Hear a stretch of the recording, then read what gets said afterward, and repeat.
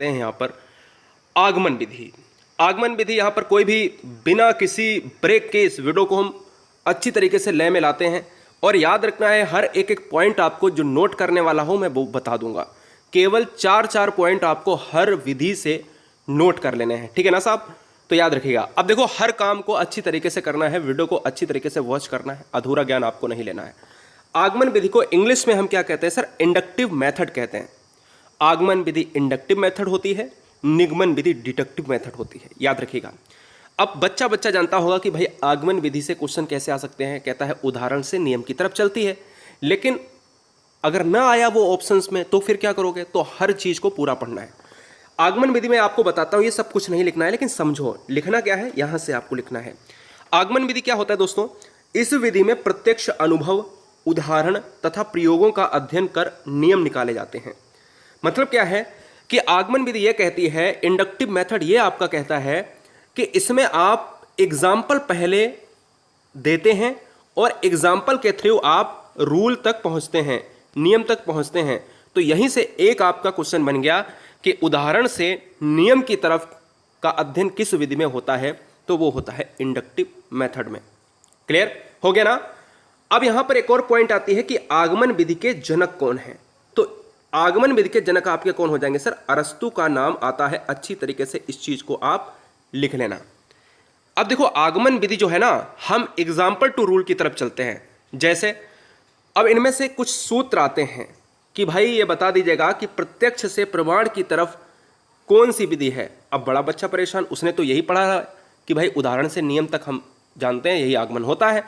लेकिन याद रखिएगा प्रत्यक्ष से प्रमाण की तरफ हमें पहले एग्जाम्पल दिया जाता है और हम धीरे धीरे उसको खोजते हैं। समय जरूर लगता है इसमें ज़्यादा, लेकिन धीरे धीरे खोजते खोजते वैज्ञानिक पद्धति के द्वारा हम प्रमाण की तरफ पहुंच जाते हैं कि भाई बिल्कुल रियल यही बात है कि आखिर त्रिभुज का अंतः कोणों का मान अगर हम कह दें 180 डिग्री होता है तो हम क्या करते हैं? हम सारी विधियों के सारे कोणों को हम ये डिफाइन करते हैं कि क्या वाकई में होता है, तो हम पूरा सॉल्व करते हैं और लास्ट में देखते हैं जी हाँ होता है। तो हम ये कह सकते हैं कि प्रत्यक्ष से प्रमाण की तरफ जो विधि है वो दोस्तों कौन सी है? वो है इंडक्टिव मेथड, आगमन विधि। स्थूल से सूक्ष्म की ओर क्वेश्चन में ये भी आया है कि निम्नलिखित में से, अब यहां से 2 क्वेश्चन बनते हैं। पिछली बार क्वेश्चन आया था निम्नलिखित में से कौन सा आगमन विधि का उदाहरण है। तो बहुत सारे ऑप्शन दिए थे, बच्चा परेशान कि सूक्ष्म से स्थूल लगाऊं या स्थूल से सूक्ष्म लगाऊं। तो यार स्थूल से सूक्ष्म की ओर जो है ना, ये आपका जाता है ना आगमन विधि में, इंडक्टिव मेथड में। पहले हम बड़े आयाम को देखते हैं एग्जाम्पल के रूप में, और हम उसकी छोटी छोटी बातों को लास्ट तक हम सीख लेते हैं, तो वो हम कहते हैं स्थूल से सूक्ष्म। अब बात आती है विशिष्ट से सामान्य की तरफ लगाऊं या सामान्य से विशिष्ट की तरफ लगाऊं। जब भी आपसे पूछे आगमन विधि हमेशा गाइस विशिष्ट से सामान्य की तरफ चलती है।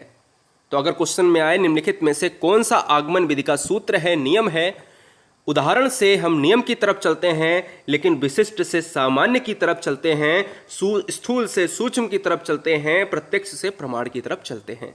ये 3 चीजें आपको याद रखनी है। नीचे आपको मैंने ऊपर तो बता ही दिया है, लेकिन नीचे आपको और लिख लेना है 1 नंबर बढ़ाकर, उदाहरण से नियम की तरफ, रूल की तरफ, ठीक है, ये भी बढ़ा लेना है, अपने आप से बढ़ा जरूर लेना है। अब हम बात करते हैं चरण में आपको 3 चीजें और समझाऊंगा जिससे आपका आगमन विधि पूरा क्लियर हो जाएगा। चरण और इसके क्या गुण हैं, क्या दोष हैं, एक एक लाइन में समझा दूंगा। सर्वप्रथम हम एक उदाहरण प्रस्तुत करते हैं, चरण हो गया, ठीक है।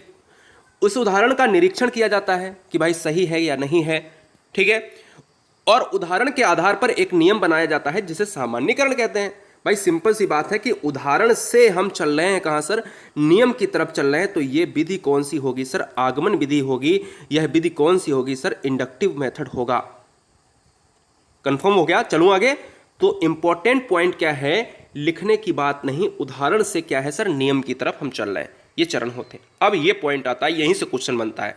2 लाइन इसमें देखेंगे। गुण क्या है दोस्तों? अगर क्वेश्चन में आता है कि निम्नलिखित में से कौन सी, क्वेश्चन आया है ये वेरी वेरी मोस्ट इंपॉर्टेंट, लिखिएगा इसको, निम्नलिखित में से कौन सी वैज्ञानिक विधि है? तो आगमन विधि यानी इंडक्टिव मेथड जो है वो आपकी एक वैज्ञानिक विधि है। कैसे? जिससे बालकों में नवीन ज्ञान को खोजने का मौका उपलब्ध कराता है। मतलब एक आपको एग्जाम्पल दे दिया और आपसे कहा गया है इससे आप सूत्र बनाओ। ओम का नियम आपको नहीं पढ़ाया, ओम का नियम लिखाया नहीं, लेकिन ओम का नियम जो पॉइंट में होता है, जो उसकी वैल्यू होती है, उसको हमने कहा कि भाई इसका सिंबल ये होता है, इसका मात्रक ये होता है, इससे आप ओम नियम यहां पर हमें सिद्ध करके दिखाओ। समझ रहे हो ना? उसको बताया नहीं कि नियम क्या होता है, लेकिन हमसे कह रहा है कि भाई उसको सिद्ध करके दिखाओ कि क्या है। तो हम किस तरफ चल रहे हैं? हम एक वैज्ञानिक विधि की तरफ चल रहे हैं, उसमें नवीन ज्ञान की खोजने का मौका उसको उपलब्ध करा रहे हैं। अब बात आती है लास्ट के 2 पॉइंट और। यह ज्ञात से अज्ञात, यहीं से क्वेश्चन आता है। यह ज्ञात से अज्ञात की तरफ चलता है। ज्ञात से अज्ञात, ध्यान दीजिएगा, अज्ञात से ज्ञात होगा तो निगमन होगा। ज्ञात से अज्ञात क्वेश्चन में बार बार आया है कि आगमन विधि का प्रमुख गुण क्या है? ज्ञात से अज्ञात या अज्ञात से ज्ञात? तो याद रखना है ज्ञात से अज्ञात जो हमें पता होता है, हम एग्जाम्पल आपको देते हैं और हमें यहां तक पता है, हम धीरे धीरे पहुंच जाते हैं कहां सर? हमें आगे नियम नहीं पता होता है, तुरंत हम नियम को ढूंढ लेते हैं। सरल से जटिल की तरफ हम धीमे धीमे जो चीज़ें पता होती हैं और हम कठिन स्तर तक बढ़ते हैं और एक नए टॉप लेवल तक हम चीज़ों को पता कर लेते हैं। कठिन से सरल से कठिन की ओर चलकर बालकों से मूर्त उदाहरणों से सामान्य नियम निकलवाए जाते हैं। मतलब वही उदाहरण से नियम निकलवाना, जिससे बालकों में जिज्ञासा बनी रहती है, क्योंकि उनको करने पर बल दिया जाता है। अब हम लास्ट में एक देख लेते हैं ये, और एक देख लेते हैं दोष। स्वयं से अधिगम करने के कारण अधिगम अधिक स्थायी रहता है। ये तो आप सभी को पता है, जब स्वयं से आप सीखते हो तो चीज़ें स्थायी रहती हैं दिमाग में। या दूसरे से सीखोगे तो आपको ज़्यादा समझाने की ज़रूरत नहीं है। अब देखो यहाँ पर दोष में क्या है, दोष में 3 पॉइंट आपको हम बता रहे हैं कि भैया जब आपसे हम कहेंगे कि आप खुद करके सीखो, जब मैं एग्जाम्पल दूंगा, रूल आपको निकालना है, तो भाई समय अधिक लगेगा कम लगेगा। और अगर एक टीचर आपसे कह देगा लो भैया नियम लिखो और तुरंत उदाहरण लिखा देता है, तो उसमें समय कम लगेगा।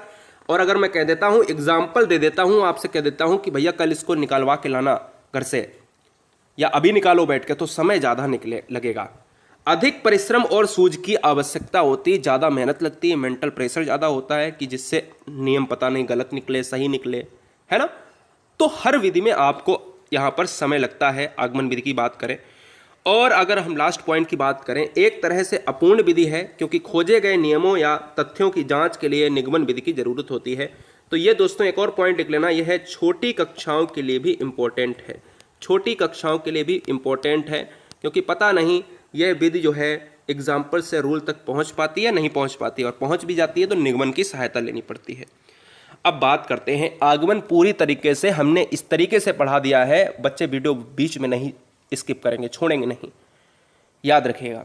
आप सभी से निवेदन ये रहेगा कि पूरा ज्ञान आपको आना चाहिए। और मैं अक्सर टेलीग्राम में, अक्सर जो है फेसबुक पेज पर मैं क्वेश्चंस पूछता रहता हूँ, जिसमें आप हमेशा आंसर गलत देते हैं कुछ बच्चे, लेकिन जिन्होंने पढ़ के रखा है वो सही भी देते हैं। आखिर वजह क्या है? जब भी हम किताब को पढ़ते हैं ना, हम उसको अधूरा छोड़ देते हैं, हम वीडियो देखते हैं हम अधूरा छोड़ते हैं। इसलिए याद रखिएगा, निगमन विधि की बात करेंगे, संश्लेषण विधि की बात करेंगे, हम विश्लेषण विधि की बात करेंगे, प्रयोगशाला विधि की बात करेंगे, प्रयोजना विधि की बात करेंगे इस पूरे वीडियो में। तो 10 विधियां हमें देखनी है, फटाफट देख लेते हैं। निगमन विधि की बात करें तो निगमन विधि बिल्कुल उल्टा होती है। निगमन विधि को इंग्लिश में कहते हैं सर डिडक्टिव मेथड। क्या कहते हैं सर? डिडक्टिव मेथड कहते हैं। इस विधि में पहले आपको रूल दिया जाता है, बाद में आपको उसी से एग्जाम्पल लिखा दिया जाता है। अगर आपसे क्वेश्चन में पूछे कि वर्तमान समय में कक्षाओं में चलने वाली विधि कौन सी है, आगमन है या फिर निगमन है, तो आप किसको मारेंगे? निगमन मारेंगे। याद रखिएगा, निगमन मारेंगे। इसके भी प्रमुख गुण और दोष होते हैं। इस विधि में पहले स्थापित नियम व सूत्र का प्रयोग करके अध्यापक छात्रों को समस्या का समाधान करना सिखाता है। मतलब नियम पहले और बाद में क्या करना है? सूत्र का प्रयोग, मतलब उदाहरण देना है। सूत्र का प्रयोग जो है करके आपको एग्जाम्पल लिखा देता है। जैसे आपको ऊष्मा पढ़ाया, ऊष्मा का नियम लिखा दिया और उसका उदाहरण लिखा दिया। आपको तापमान पढ़ाया, टेम्परेचर की परिभाषा लिखा दी, उसका जो है उदाहरण लिखा दिया। उसका क्या मात्रक है, क्या नहीं है, केल्विन, सेल्सियस, फ़ारेनहाइट, समझ रहे हैं? अब बात आती है क्वेश्चंस में। ये 4 क्वेश्चन हमेशा पूछे जाते हैं। क्या पूछे जाते हैं? कहता है निम्नलिखित में से निगमन विधि का यानी डिडक्टिव विधि का उदाहरण कौन सा है? तो ये नियम से उदाहरण की ओर चलती है। मैंने आपको बताया रूल टू एग्जाम्पल की तरफ फॉलो करेगा। सामान्य से विशिष्ट की ओर, विशिष्ट से सामान्य क्या था गाइस, वो था आपका इंडक्टिव में आगमन में, बिल्कुल उल्टा होगा। उदाहरण से नियम अगर कर देंगे तो ये आगमन, विशिष्ट से सामान्य ये आगमन, स्थूल से सूक्ष्म ये आगमन, प्रत्यक्ष से प्रमाण ये आगमन। लेकिन अगर अब हम तो पढ़ रहे हैं निगमन, तो भैया नियम जो है उदाहरण की तरफ अगर बढ़ेगा तो निगमन हो जाएगा, सामान्य से विशिष्ट की ओर निगमन हो जाएगा, सूक्ष्म से स्थूल की ओर और प्रमाण से प्रत्यक्ष की ओर। तो ये क्या हो जाएंगे सर, ये वेरी वेरी मोस्ट इंपॉर्टेंट आपको याद रख लेने, ठीक है। इसमें अध्यापक नियम पहले लिखाता है, बाद में उदाहरण लिखा देता है। और ये क्या होता है, ये सर रटने के ऊपर आधारित होता है, मतलब बच्चा जल्दी से रट लेता है इसको। और एक और चीज़ है, इसमें बच्चा जो है ना क्या करता है, सीखता बहुत जल्दी है। यह एक सरल और सुविधाजनक विधि होती है, स्मरण शक्ति के विकास में सहायक होती है, संक्षिप्त और व्यवहारिक विधि है, बालक तेजी से सीखता है। ये 4 इसके गुण होते हैं। किसके सर, डिडक्टिव या निगमन विधि के गुण होते हैं, ठीक है। अब इसका एक दोष आपको याद रख लेना है कि रटने की, अगर क्वेश्चन में बहुत बार एग्जाम में ये क्वेश्चन आया, very very most important point, कहता है रटने की विधि संश्लेषण है या विश्लेषण है या आगमन है या निगमन है। तो सबसे पहला पॉइंट जो लगता है गाइज, वो लगता है आपका निगमन विधि रटने पर आधारित होती है, क्योंकि इसमें बच्चे को आए अध्यापक कक्षा में, जल्दी से नियम लिखाया, जल्दी से उसका उदाहरण दिया और बच्चे ने क्या किया, वैसे ही उतार लिया और क्या करा, रटना स्टार्ट कर दिया। और आगमन में क्या होता है, आगमन एक वैज्ञानिक विधि होती है जो एग्जाम्पल केवल देता है, उसमें बच्चे को लिखाया नहीं जाता है। उससे कहा जाता है कि चलो या तो मैं निकाल कर दिखाता हूं, या तो बच्चे के सामने एक कंडीशन रख दी जाती है कि भाई एग्जाम्पल दे दिया है और इससे रूल तक आपको पहुंचना है, क्योंकि करके आधारित बल होती है, करके सीखने पर आधारित होती है, तो वो एक वैज्ञानिक होती है। ये रटने पर आधारित होती है। समझ गए, क्लियर हो गया। अब हम चलते हैं विश्लेषण। बहुत धीमे से समझ रहे हैं आप, समझिएगा, कोई भी क्वेश्चन गलत नहीं होना चाहिए एग्जाम में। मैं चाहता हूँ कि इस वीडियो को पूरी तरीके से, पूरे दिन आपको क्लासेस मिलती हैं। ये वीडियो बहुत ही इंपॉर्टेंट है, अच्छी तरीके से मैंने हर क्वेश्चंस को टाइप किया है, हर एक एक शब्द को टाइप किया अच्छी तरीके से। अब विश्लेषण और संश्लेषण में अगर फर्क समझ गए तो क्वेश्चंस का समझ लो आधारशिला आपने धुआं कर दिया, समझ लो आधा समस्या सॉल्व हो गया।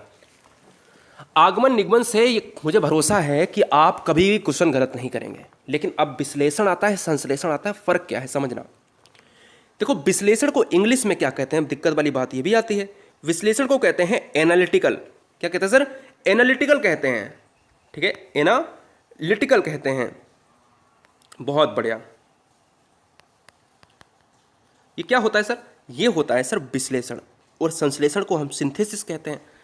तो सुनो, अब विश्लेषण में क्या होता है, मैं आपको एग्जाम्पल दूंगा बहुत ही गजब का। ये एक्चुअल में विश्लेषण लगभग विधि जो है, देखो आगमन विधि जो है डायरेक्ट उल्टी होती है निगमन विधि की, और विश्लेषण विधि डायरेक्ट उल्टी होती है संश्लेषण विधि की। लेकिन विश्लेषण विधि लगभग मिलती है आगमन विधि से, और संश्लेषण विधि लगभग मिलती है निगमन विधि से। आप समझो, लेकिन उसको आपको मिलाना नहीं है, समझ लेना है। विश्लेषण में क्या होता है, किसी विधान या व्यवस्था क्रम की सूक्ष्मता से परीक्षण करने की तथा उसके मूल तत्वों को खोजने की क्रिया को विश्लेषण का नाम दिया जाता है। ये तो आपको रटना नहीं है। अब मैं आपको बताता हूं इसका मतलब क्या है। मैंने आपको एक कैलकुलेटर दे दिया, मैंने आपको एक मोबाइल दे दिया, और आपसे कहा कि इसको बताओ भैया कि ये अच्छा है या नहीं है, और मुझे इसको खरीदना है। अब देखो क्या हुआ कि भाई चलो ठीक है, उस अध्यापक ने क्या करा, या कोई बच्चा है उसको मोबाइल खरीदना है या कैलकुलेटर खरीदना है, उसने अपने दोस्त को दिया कि भैया ये बताओ अच्छा है, मैं खरीदूंगा। तो उसने क्या किया, इस मोबाइल को या इस कैलकुलेटर को देखा कि भाई ये गेम की कैपेसिटी अच्छी है, बैटरी अच्छी है ना, और हैंग नहीं होता है, स्क्रीन बढ़िया है, लाइट इसकी अच्छी है, इंटरनेट फास्ट चलता है।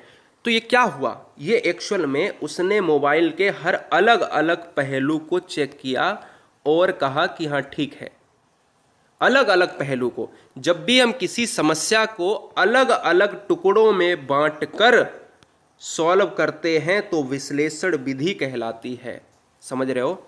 कैलकुलेटर का ऑप्शन लें, कैलकुलेटर में कहा कि चलो ठीक है, ये गणना तेज करता है, ये क्या करता है, इसकी स्क्रीन बढ़िया है, फास्ट है, ये टच है, टच वाला कैलकुलेटर है। ये क्या है सर, ये मैंने उसके अलग अलग पार्ट को देखा और अध्ययन किया। अब बात आती है कि भाई क्वेश्चन कैसे आते हैं। क्वेश्चन आता है कि रेखा गणित बीज गणित में प्रयोग होने वाली विधि कौन सी है। वो होती है विश्लेषण यानी एनालिटिकल। यह विधि अज्ञात से ज्ञात की तरफ, याद रखिए अज्ञात से, निगमन विधि नहीं है, आगमन विधि का थोड़ा थोड़ा मिलता है। इसका प्रयोग रेखा गणित में प्रमेय, निर्मेय आदि को सिद्ध करने में होता है। हम देखते हैं कि रेखा गणित वाले सवाल अगर क्वेश्चंस में हमेशा ये पूछा जाता है, पाइथागोरस का प्रयोग, कर्ण का वर्ग बराबर आधार प्लस लंब का वर्ग, हम यही तो करते हैं, ए स्क्वायर बराबर जो है कोई ले लेते हैं बी स्क्वायर प्लस सी स्क्वायर, यही तो करते हैं भाई। तो हम कहते हैं सर पाइथागोरस की प्रमेय को कर्ण की बराबर हम कर देते हैं, बाद बाकी लंब आधार के स्क्वायर के बराबर। तो ये सारी चीज़ें अगर आनी हैं तो आपको लगा देना है एक ही मेथड, एनालिटिकल विश्लेषण, जब भी आपसे रेखा गणित की बात करें। ठीक है। गुण क्या है सर? गुण आपका लगभग आगमन विधि से मिलता है। यह एक मनोवैज्ञानिक विधि है, वो सर वैज्ञानिक विधि थी जो बालकों में जिज्ञासा उत्पन्न कर उनमें अध्ययन के प्रति रुचि उत्पन्न करता है। वहां पर भी रुचि उत्पन्न करता था क्योंकि करके सीखने पर बल था। स्वयं समस्या का समाधान करने, हल खोजने पर बल देती है। आगमन विधि भी कुछ इस तरीके की थी, लेकिन समान नहीं कह सकते हैं, वो अलग थी, ये अलग है। अन्वेषण क्षमता अर्थात खोज करने की क्षमता का विकास होता है। और दोस्तों आपको ये भी पता होगा कि कहीं ना कहीं हमने उसमें भी इस चीज़ को देखा था। ठीक है, अच्छी तरीके से इस चीज़ को जानेंगे। और स्थायी ज्ञान जो है उत्पन्न होता है, क्योंकि भाई जब बच्चे अपने हाथ से करेंगे तो ज्ञान कैसा रहेगा? स्थायी रहेगा, अस्थायी रहेगा। तो वो तो कहेंगे, हर पार्ट को अपने अपने जांच परखेंगे कि भाई ये सही है, इसका ये सही है, ये सही है। अलग अलग एक समस्या, ये समस्या एक थी और इस समस्या को उसने अलग अलग पार्टों में डिवाइड करके परखा, जांचा और आगे बढ़ा और सीखा। तो ज्ञान कैसा होगा सर? स्थायी होगा। इस अलग अलग पार्ट को ही हम कहते हैं सर विश्लेषण या एनालिटिकल मेथड। दोष क्या है सर? दोष दो हैं। अधिक समय लेने वाली है, आगमन विधि की तरह है। कुशल अध्यापन की जरूरत होती है, आगमन विधि की जरूरत है इसमें। ठीक है ना? तो ये 2 पॉइंट आपको याद रखने हैं। अब बात आती है संश्लेषण विधि की। क्या सर? संश्लेषण विधि की बात आती है जो चौथे नंबर पर है। 4 नंबर के बाद 5, 6, 7, 8, 9, 10 तो बहुत ही सिंपल हैं, 2-2 लाइन की हैं, उनको आप ज़्यादा समय नहीं लगेगा उसमें। यहां पर कह रहा है सर, आपसे क्या कह रहा है, ध्यान दीजिएगा। कह रहा है संश्लेषण विधि। संश्लेषण का मतलब होता है, मैं आपको पहले इसकी इंग्लिश बता देता हूं। संश्लेषण विधि का मतलब होता है सिंथेसिस मेथड। संश्लेषण का अर्थ होता है अनेक को एक करना। अब देखो संश्लेषण उल्टी होती है एनालिटिकल की, विश्लेषण विधि की। हमने कहा था एक समस्या है और इसको तोड़ दिया, 1, 2, 3 भागों में तोड़ दिया, ये हो गई थी विश्लेषण। एक समस्या है, मैंने कहा इसको मैं आधा करके जांचता हूं, इसको जांचता हूं, इसको जांचता हूं, मतलब टुकड़ों में डिवाइड करके समस्या को समाधान करना विश्लेषण कहलाता है। और टुकड़े हैं, इसको एक करके ही कहना ये विश्लेषण होता है। समझ रहे हो? अगर आपके पास समस्या एक है, उसके टुकड़े करके उसका समस्या का समाधान करो तो वो विश्लेषण, और टुकड़ों को एक कर दो, उल्टा कर दो तो वो संश्लेषण यानी सिंथेसिस। समझ में आ गया होगा, अब समझाने की जरूरत नहीं, कोई परिभाषा याद करने की जरूरत नहीं। संश्लेषण का अर्थ होता है अनेक को एक करना, अर्थात इस विधि में कई विधियों का उपयोग करके समस्या का समाधान करने पर बल दिया जाता है, याद करने की जरूरत नहीं है। अब जो पॉइंट है इंपॉर्टेंट वो क्या है? हिंदी पढ़ाने में पहले वर्णमाला सिखाकर तब शब्दों का ज्ञान कराया जाता है। पहले वर्णमाला सिखाओ, उसके बाद शब्दों का ज्ञान कराओ। ये लगभग किससे मिलती है? ये लगभग निगमन विधि से यानी डिडक्टिव मेथड से मिलती है। अब जो क्वेश्चन आते हैं वो यहां से आते हैं। कहता है ज्ञात से अज्ञात की ओर। विश्लेषण अज्ञात से ज्ञात की तरफ चली थी, ध्यान देना। ज्ञात से अज्ञात की तरफ हम चलते हैं, अर्थात ज्ञात नियमों का प्रयोग करके अज्ञात परिणाम ज्ञात किए जाते हैं। उदाहरण, एक वृत्त की त्रिज्या 9 सेंटीमीटर है तो वृत्त का क्षेत्रफल क्या होगा? हमें त्रिज्या पता थी और क्षेत्रफल नहीं पता है, तो अब हम आगे लगाएंगे सूत्र। तो भैया ये जो विधि है ना, ये विधि आपके नियम से एग्जाम्पल की तरफ भी बढ़ती है, तो हम कह सकते हैं कि यह विधि लगभग निगमन विधि का फॉलो करती है। ठीक है। 4 पॉइंट इंपॉर्टेंट और है। कहता है सरल और सुविधाजनक विधि मानी जाती है। क्या है? संश्लेषण विधि। ऐसी ही निगमन थी। समस्या समाधान तीव्रता से संभव है, समय कम लगता है। स्मरण शक्ति के विकास में सहायक होता है, ऐसी ही आपकी निगमन थी। ज़्यादातर गणितीय समस्याओं का समाधान इसी विधि से किया जाता है, क्योंकि भैया समाधान समस्या के लिए अध्यापक आपको board, white board, black board पर सारी समस्याओं को आपके सामने लिख देता है, समय भी कम लगता है। दोष क्या है? दोष आपको एक याद कर लेना है, रटने की प्रवृत्ति पर जोर देती है, जिससे अन्वेषण क्षमता के विकास का मौका नहीं उपलब्ध हो सकता। मैंने आपसे पहले कहा है कि निगमन विधि में यही तो था, वही आपको लगाना है संश्लेषण में।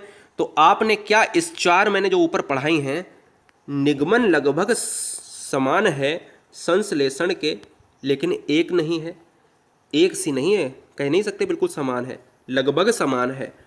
और विश्लेषण लगभग समान है आगमन विधि के, और निगमन विधि बिल्कुल उल्टी हैं आगमन विधि के, संश्लेषण बिल्कुल उल्टा है विश्लेषण विधि के, ये भी याद रखना। अब बात आती है प्रयोगशाला विधि, जो केवल एक ही लाइन की आपको रखना है।